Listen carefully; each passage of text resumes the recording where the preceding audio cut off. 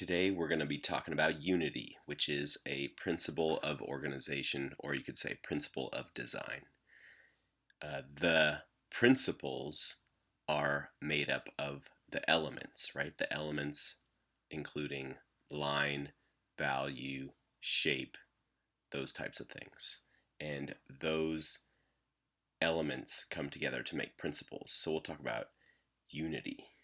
And think about this in the context of your project where you're thinking about shapes. How can you put shapes together in a composition to create a sense of unity, but also like an interesting composition that maybe has a little bit of drama and variation in it.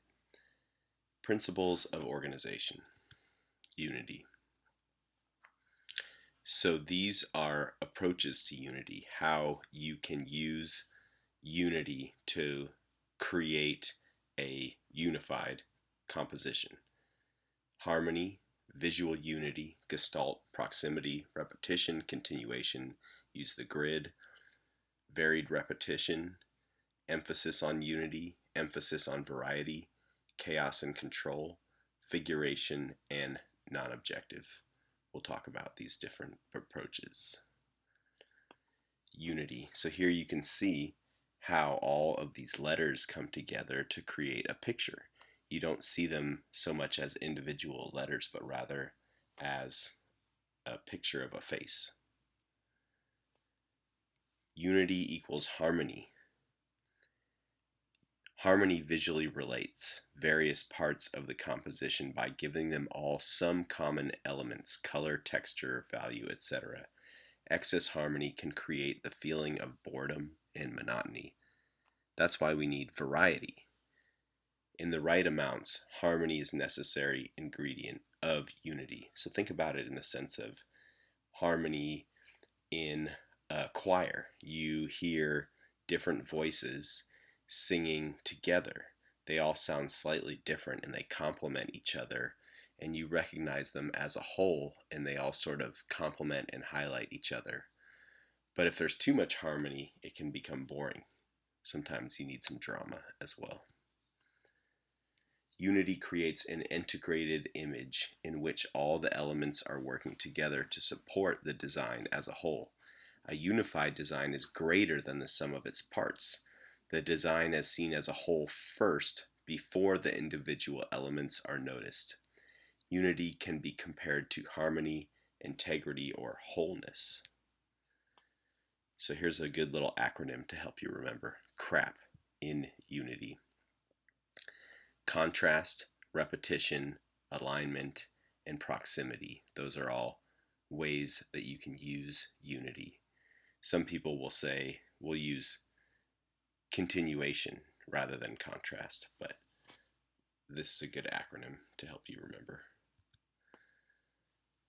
Continuation means that something, a line, an edge, a curve, a direction, continues from one element to another. It moves through the composition, uniting those parts. The viewer's eye will follow the continuing line or edge smoothly from one element to another, and the mind will group the elements because of this connection.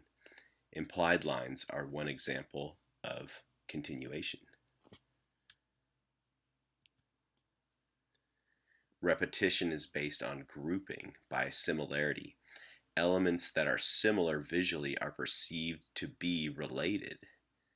An element can be repeated, line, shape, color, value, or texture, as well as other things such as direction, angles, or size. Repetition helps unify a design by creating similar elements and is one of the most effective ways to unify a design. Alignment consists of arranging elements so that their edges are lined up. The common alignment allows the eye to group those elements together. A grid is often used to create unity through alignment, not just in a single design, but also between related designs. The pages of a magazine or book, for example. So just by putting them next to each other in a expected, repeated sort of design, makes you see them as a group. Proximity is based on grouping by closeness. The closer elements are to each other, the more likely we will see them as a group. Proximity is one of the easiest ways to achieve unity. Yeah, things close to each other will seem as if they belong to each other. They're a grouping. When unity is achieved, nothing is competing for attention in the composition. The message is easily understandable. The artwork looks complete and organized.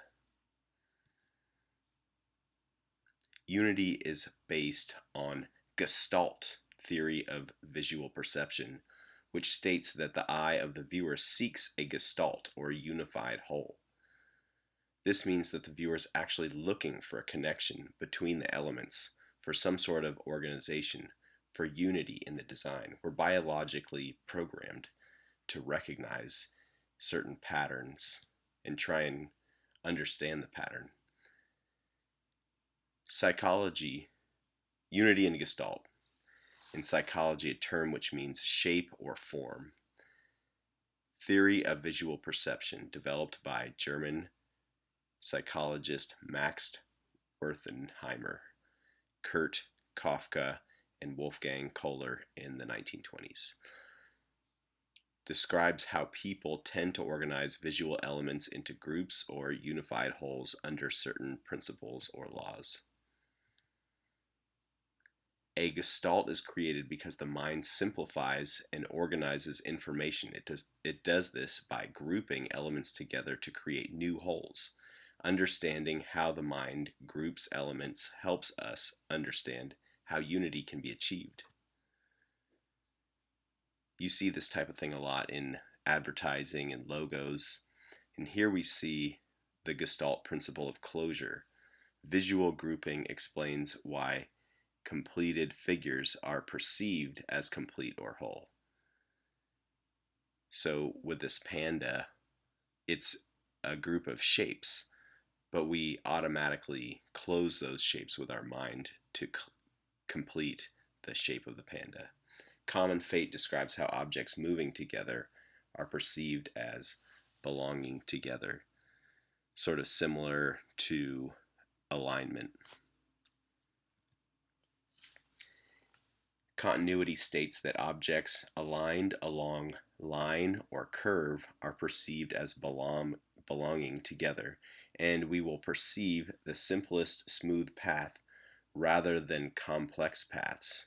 So we see this line moving through the object. We can imagine that this relates to this because they have continuity along the same path. Figure and ground refers to the relationship between positive elements and negative space. The idea is that the eye will separate whole figures from their background in order to understand what's being seen.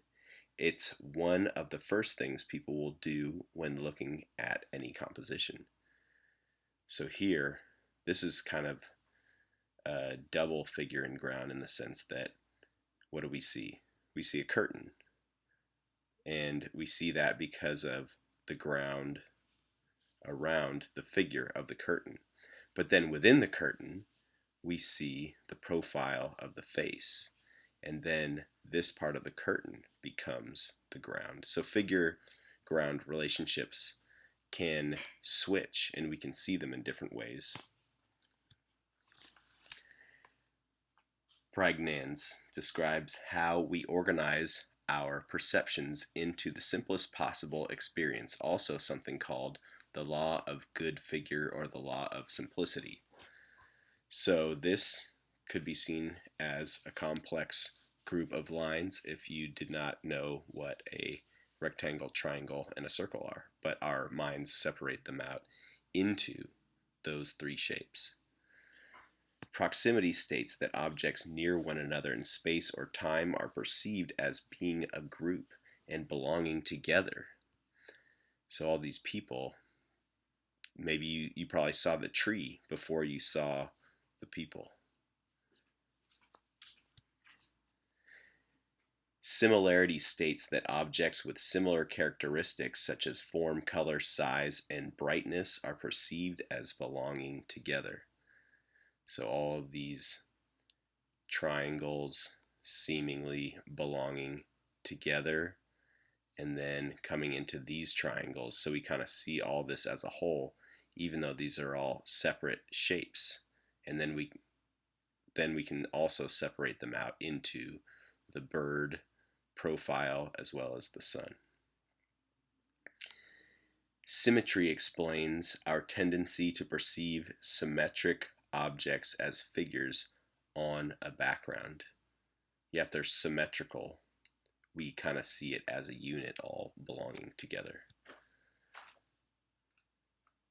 Here's a link to a post that talks more about Gestalt if you're interested. So here is just a review of the different concepts that we discussed in this presentation. And remember, when we're breaking down the art, we start with the components of art analyzed by degrees of representation.